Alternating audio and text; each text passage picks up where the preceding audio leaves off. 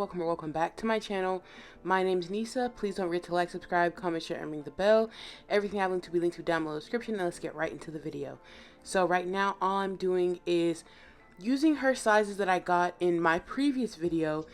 If you haven't seen my previous video, I teach you how to make the size kit that I sent out to her. And that is how I got her sizes, because we are in two completely different states. So there's no way I could have been able to test these nails out for her to make sure that they're the proper size. I just had to send her the card, and I teach you how to do that in my previous video, so go ahead and check it out. I will have it linked down below in the description as well as in the cards. So after that, I'm just going to go ahead and shape her tips to the way she likes them. I didn't even file down the free edge because this is short enough, and I just went ahead and did the moon cut, and I'm going to show you guys how I did that. So these nails are on two different stands. The one that this came with is like a white stand, kind of clear really, and then the silver one is the one I had previously, and it's flatter. And the one that came with the little heart magnet that we're on right now is clear, and it sits up very high. So that's why they look a little bit different, and your shape will kind of come out a little bit different too. So that's why you need to work with ones that are as similar as possible, which is why I was trying to match it up as best as I could. Still got a little off, but in the end you kind of can't tell. Don't look at it too hard. So all you do for the moon cut is you focus in the middle more than you do on the sides. So you need the sides to be flaring out more and then it deeper in the middle. And that is how you do a moon cut. This was my very first time doing it. It wasn't as hard as I thought. And yes, it's very easy to go too far in, way too far in. So just be very, very, very careful when you do it, because then you can get the nail to be way too small and you'll have to just redo it. Like I have to redo that pinky because I just got it way too small. But once you get the hang of it, it's not too hard. I recommend doing practice nails before you do the real set. That way you know if you can do it, and B, how to do it to where it looks nice for you. And remember, polish is going to go on top of this as well. So I do recommend going in with that moon cut shape at the end. I completely didn't even think to do that at the time, but I really recommend you do that to make sure your shape is nice and crisp, instead of mine kind of got a little wonky at the end after all the polish and the gels and everything was applied. It just got a little bit wonky. So I recommend you do that to keep everything nice and even.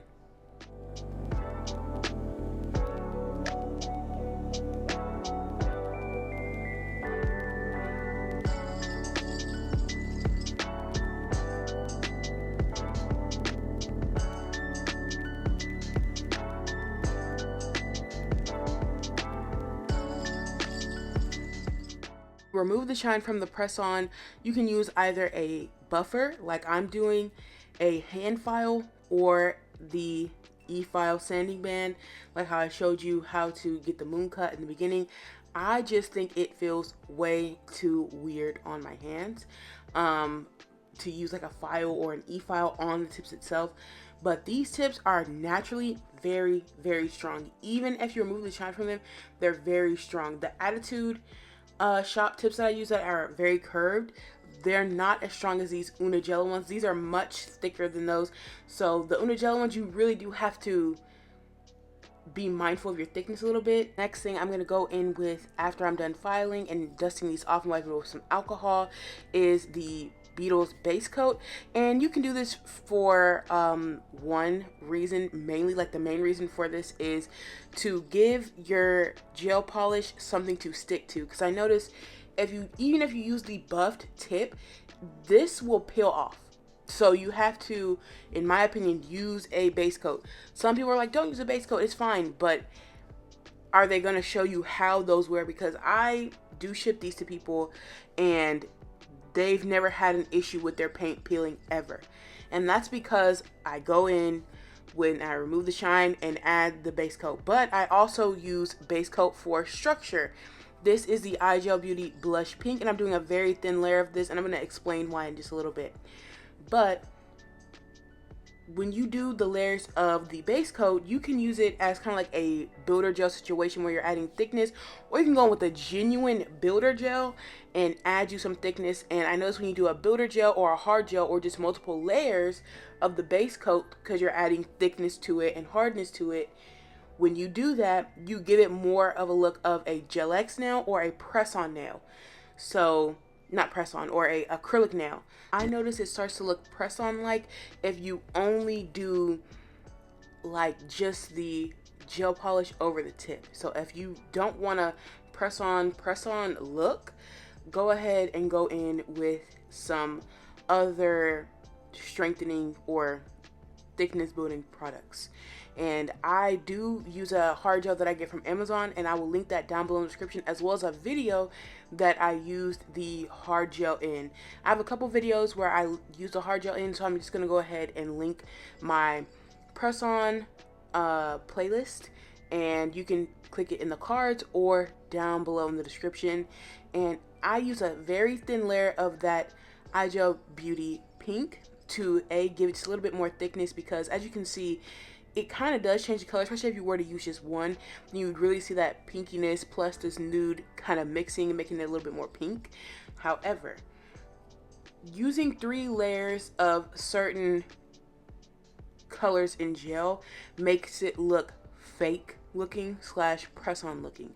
The reason why some acrylics and some hard gels look so good is because they have a little bit of like transparency to them, which is how you see how this looks. It looks pretty good right now, but if you build it up too much, then it starts to look very plasticky and fake, because sometimes gel colors have a hard time looking very seamless and not fake, not tacky, not weird looking. So I went ahead and did 1 layer of the Igel Beauty, so I didn't have to go in with 3 layers, because I noticed 3 layers of this mocha mousse kind of looks a little bit tacky and a little bit not say non-real, but non-transparent like, and it doesn't have enough coverage with just 2 layers.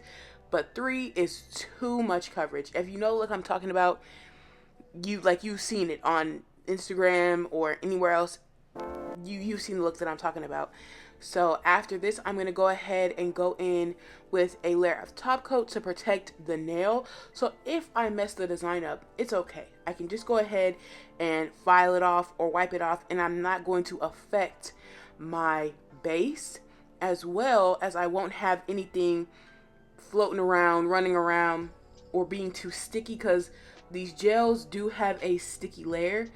And using a top coat, any top coat will work. I'll link the Beetles one down below in the description. Using that will just help me draw on the nail a little bit better.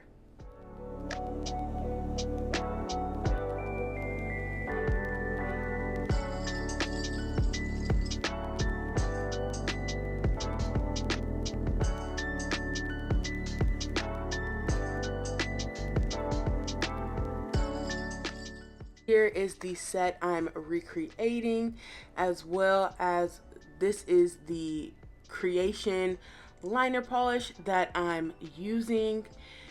And I did end up mixing it with a little bit of the Beetles white, because the creation white sometimes can get a little bit too thick, and sometimes this brush gave me a headache. You guys will see it a little bit later on, because I had to redo a white French and I had to redo both of my black Frenches on both hands, because it just completely messed up. It literally will wrinkle in your light, even if you have the most powerful light. If the polish is too thick, it will wrinkle. So that's an issue with very pigmented polishes and lights. Sometimes they won't cure all the way, so they'll wrinkle. And all you have to do to get the wrinkling away is you use a buffer or a hand file. And I had to go in with the creation black mixed with a black that I got in another set, and I just mixed it together, and that gave it a nice black. And sometimes I did go in with the creation black a little bit to get it a little bit darker, but sorry, I'm out of frame a little bit here. But using the creation black with this brush, I don't recommend it. Just go, make sure you take it out and use it on a palette rub it together.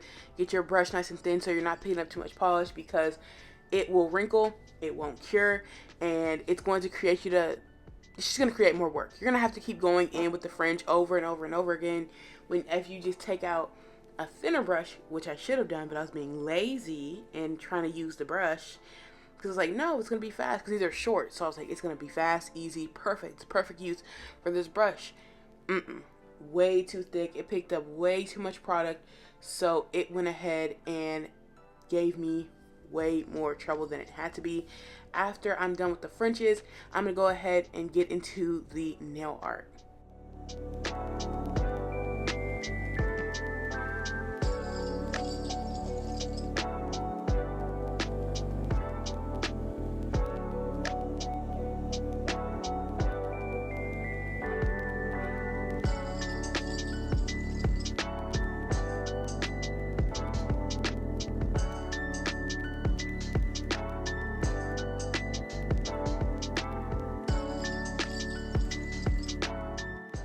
Also, it took me more time because I had to go in and clean up the fringes even more with brushes and all that stuff to get it to look very nice. But as you see, I had to file off the previous hand. I didn't file it all the way off because leaving that little bit that's still on is fine. As long as it's still on, it's still on.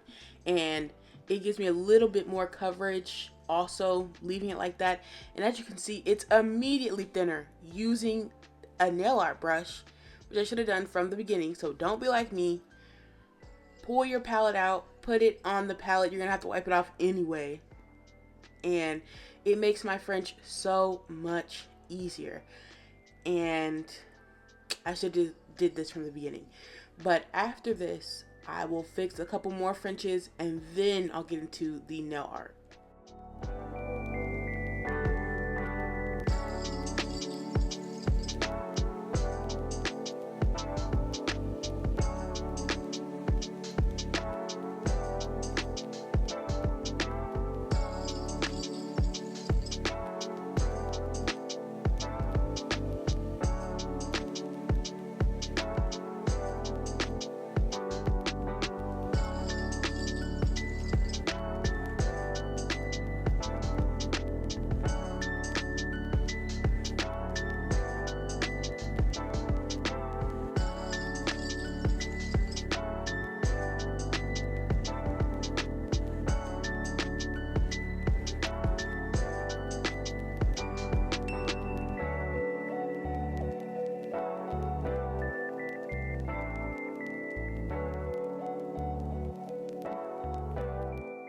That everything is cured. You can also go over with a layer of top coat just one more time to make sure everything is nice and top coated. So in case I had to file this design off, it'll be much easier to do.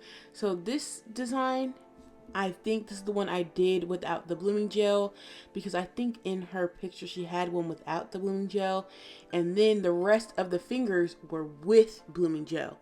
So you do not have to go in with a blooming gel. When I say blooming gel or blossom gel, all you need is a clear polish, clear gel, and it'll spread it out for you.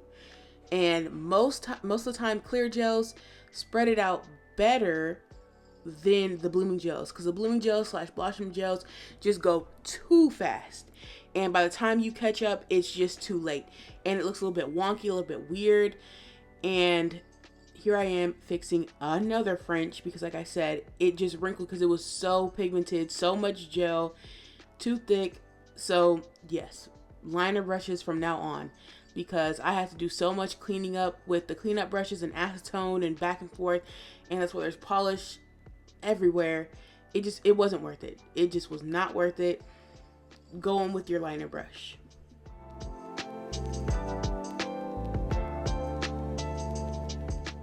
Everything's all cured. I'm gonna go ahead and go in with some base coat. You can go in with blooming gel, blossom gel, any of those type of gels, but I know a lot of people have an issue with them moving too fast, and we already have gels with us. We already have a clear base coat, a clear top coat. We have it already. So you don't have to buy all these specialty gels when you know that your products can do the exact same things. These companies are releasing like foreign ones and all that because it's the same thing anyways. So just go in with your base gel or your top coat, and it has to be clear, because if you use like a white or anything like that, it can change the color and marble and mix, and that might not be the look you're going for. Like with this, all I needed to do is the black to spread out pretty good, and as you can see, it's already stopped. With a blooming gel or a blossom gel, it can go way too far, blend in way too much. So a clear top coat or a clear base coat sometimes is better because it stops the spread, and only where you want the spread to be, you put this clear. I know it looks like I'm putting it all over. I'm not, because if I do, it's going to spread everywhere, and I'm going to have to go back in and try and clean it up because it's still going to be spreading.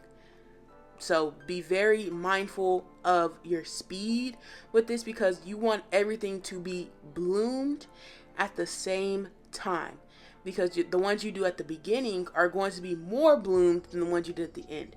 So here is this charm. I can't say the name of it. I will put it down below in the description. And I use the Mocha Precision Rhinestone Glue Gel to put in these like white pearls, as well as the silver pearls.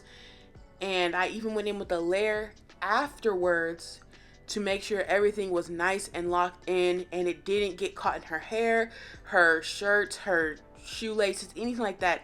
You want to make sure you go in with top coat at the end as well. And again, everything will have a link down below in the description as long as I have one. And I really love the precision glue.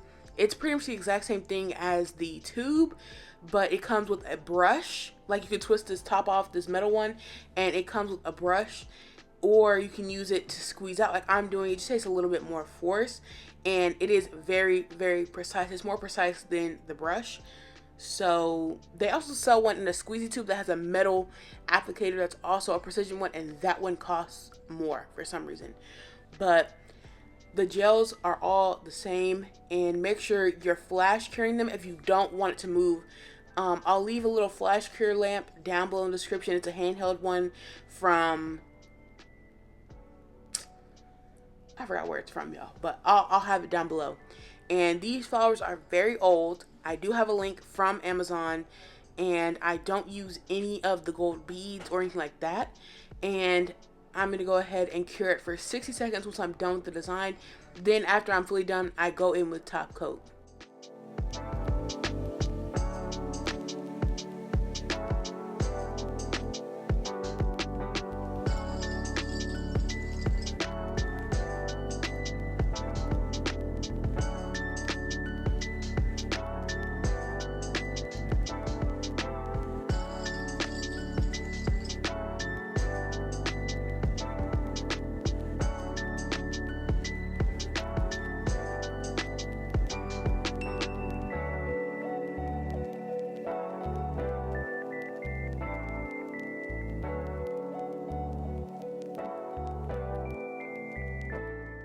Bling is the longest part of this entire process, and that's why I have it sped up so fast. And those crosses, those white little crosses right there, those were so hard to find. I will leave them linked down below in the description if you ever wanted them. I will have them down below. I got them from the Attitude Shop. She has like a container of them, but they don't even come with this one. And I needed 2 of them because I needed for her pinky, so it was really kind of unique to get it. So I had to buy 2 packs just to get this one charm for both hands. So I will leave a link down below in the description if you've been looking for one. I found it. It's from the Attitude Shop, and I will leave a direct link to that product as long as she still has it in stock. And now I'm going to go in with the top coat once everything has been cured for a full 60 seconds. I typically do longer, but everything needs to be locked in and everything needs to be top coated. And I will go in with a little bit more of the Mocha Rhinestone glue to make sure everything is fully encapsulated in that gel. Any edges are encapsulated. You don't want it to pull up. Even that dollar sign, I went ahead and I top coated over it because you do not want it to fall off, pull off, anything like that, get any hairs in it. And also top coat over your pearls because they will lose that coating on top of them, and it will look very ugly if you do that. You can leave the top of the little weapon thingy, can't say the name of it, you can leave the top of that untop coated. You can leave that one because it has a bunch of rhinestones in it, but around the edges, yes, make sure you go ahead and top coat. Now I'm getting off any of the blue tack. Make sure you go in and do this because these nails at the bottom are etched. They're pre-etched. They have little dots in them. You can pre-etch it even more. And I had to go in and wipe it down with some alcohol to make sure I got out all of that blue tack. Get out all of it because their nail really can't go in there and stick if there's blue tack in it. And plus it looks very weird, very gross. Nobody wants it on their fingers. So make sure you go in and clean every set, bottom, inside, and top. Clean it all. And then after that, it'll be done. And I went ahead and wiped it with some alcohol to finish off. I hope you guys enjoyed. Please don't forget to like, subscribe, comment, share, and ring the bell. Anything you want to see, let me know down below in the description. And I'll see you in my next one. Bye.